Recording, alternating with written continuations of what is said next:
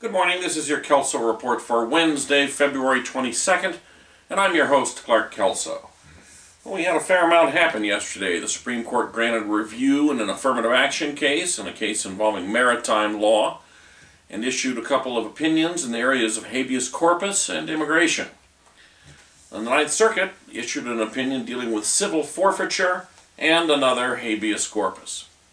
Let's begin with the cases where the Supreme Court has granted review, most importantly, in an affirmative action case, Fisher versus University of Texas at Austin. It's the big news of the day. The Supreme Court has granted review in a case that puts before the court the continuing constitutional viability of affirmative action programs in higher education. In Fisher versus University of Texas at Austin, the question presented by the petitioner is whether the Supreme Court's decisions interpreting the 14th Amendment permit the University of Texas at Austin to continue to use race in undergraduate admissions decisions. This issue was last before the court in a big way in Grutter versus Bollinger, 2003, where the court had upheld race-based admissions at the University of Michigan by a close 5-4 vote, where Justice O'Connor's opinion expressly forecast the end of affirmative action within 25 years. Well, with Justice O'Connor off the court and Chief Justice Roberts in her place, that 25 years may turn out to be considerably shortened. It looks like this case won't make it onto this term's docket for oral argument, so we'll have to track this case for next year. Next, in the area of maritime law, the question presented in Lozman versus the City of Riviera Beach is whether a floating structure that is indefinitely moored, receives power and other utilities from shore, and is not intended to be used in maritime transportation or commerce, nevertheless constitutes a vessel under Title I U.S.C. Section 3. Thus triggering federal maritime jurisdiction.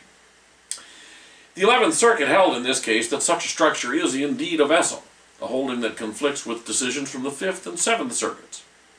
The particular structure in this case is what Florida law calls a floating residential structure. It's essentially a house built on the water, but which is not built for navigation. That'll also be up next term. The court also issued 4 opinions yesterday. First, in the area of arbitration. And we know that the U.S. Supreme Court's views on arbitration aren't always in sync with the lower courts.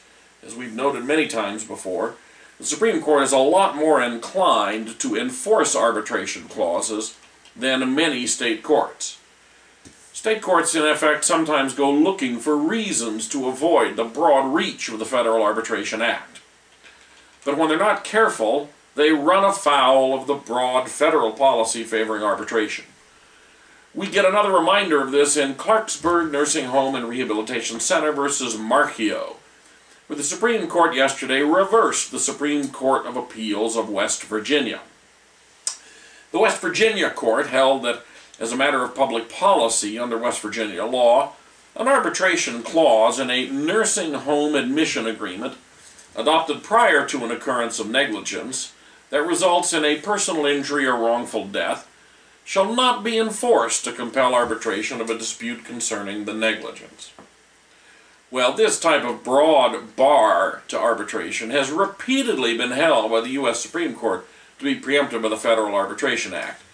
And that is what the court held again yesterday in its per curiam opinion in Clarksburg Nursing Home. A state may neutrally apply broad principles, such as unconscionability to arbitration clauses, but it may not simply target arbitration by special rules, such as the one adopted by the West Virginia court. Next, a habeas case. Now, as we all know again, under the Anti-Terrorism and Effective Death Penalty Act, a federal court may not grant a writ of habeas corpus to a state prisoner unless the state court's adjudication of his claim resulted in a decision that was contrary to or involved an unreasonable application of clearly established federal law. Thus, a habeas court must determine what arguments or theories supported the state court's decision, and then ask, is it possible that fair-minded jurors could disagree with those arguments or theories, or could disagree that those arguments or theories are inconsistent with the holding in a prior Supreme Court decision? That's sort of a double negative, but that's the way the court has phrased it. Essentially, if a reasonable jurist could agree with the state court's decision, a federal court should not grant relief. A state court decision has to be more than just wrong, it has to be unreasonable.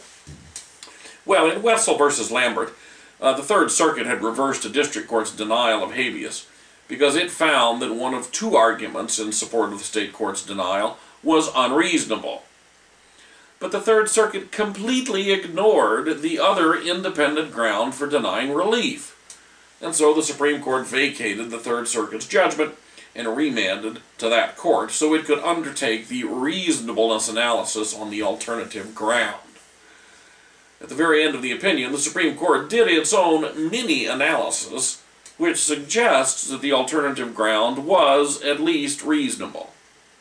But of course, we'll have to see whether the Third Circuit picks up the hint. Sometimes on these remands, the lower courts get their back up, and they don't really follow what the Supreme Court is trying to tell it to do. We'll see what the Third Circuit does here. The court had another habeas corpus case. Apologies there. The court had a second habeas case, Howes v. Fields. Now, you might have assumed that a convict is always in custody for Miranda purposes. But you would have assumed incorrectly, according to Justice Alito and 5 of his colleagues, including Justice Kagan, where the court held in Howes v. Fields that the habeas petitioner before the court was not in custody for Miranda purposes when he had been brought from his cell to a conference room to answer some questions, but was told at the beginning and reminded throughout the meeting that he was free to leave and could go back to his cell whenever he wanted. He was not physically restrained or threatened, was interviewed in a well-lit, average-sized conference room where the door was sometimes left open, and was offered food and water. So according to the majority, a reasonable convict in this environment would have felt free to terminate the interview and leave. Well, guess what? The petitioner ultimately confessed to having engaged in sexual acts with a minor towards the end of an hours-long interview. Now, in her partial dissent, Justice Ginsburg agrees that for habeas purposes, the law is not clearly established in the petitioner's favor. But she would hold that were the case before the court on direct review, Miranda should preclude the state's introduction of the petitioner's confession against him. As she observes, it is hard to understand how being held in prison is anything other than being in custody. Next, we have an immigration law case from the Supreme Court, authored by Justice Thomas. The Ninth Circuit, yesterday, in this case, actually got an affirmance. So hats off to the Ninth Circuit. In Kawashima v. Holder, which is an immigration law case that raised the issue of whether a resident alien's conviction for willfully making a false tax return constitutes an aggravated felony under the immigration laws for which the alien can be deported. The Ninth Circuit had agreed with the Board of Immigration Appeals that a conviction for willfully making and filing a false tax return in which the government's revenue loss exceeds $10,000 does indeed constitute a crime involving fraud or deceit and is therefore an aggravated felony for immigration purposes. And now the Supreme Court agrees with the Ninth Circuit and affirms. We have two additional cases today, both from the Ninth Circuit. First arises in the area of civil forfeiture. As you know, the federal government has broad power to seize property used in connection with various illegal activities, such as drug deals. And the processes for recovering seized property tend to favor the government. To even have standing to challenge a forfeiture, a claimant must do more than make a bare assertion of an ownership or possessory interest. So, in response to a government motion for summary judgment on the standing question, the claimant must present facts and supporting evidence to show the basis for the ownership or possessory interest. A conclusory, self-serving affidavit is insufficient to create a genuine issue of material fact. The claimant in United States v. $133,420 did not present the concrete facts and supporting evidence that are necessary to survive that motion for summary judgment. Although the claimant submitted a verified petition, it was actually ambiguous about whether the claimant had an ownership interest. The claimant had responded to an interrogatory with an unambiguous claim of ownership, but the claimant had also interposed a Fifth Amendment privilege against self-incrimination to presenting any of the underlying facts supporting the ownership claim. Well, the Ninth Circuit affirmed the district court's decision to strike the interrogatory answer under the well-established rule that a court may strike conclusory testimony if a witness asserts the Fifth Amendment privilege to avoid answering relevant questions and then freely responds to those questions that happen to be advantageous to his cause. You cannot use the Fifth Amendment in that strategic way.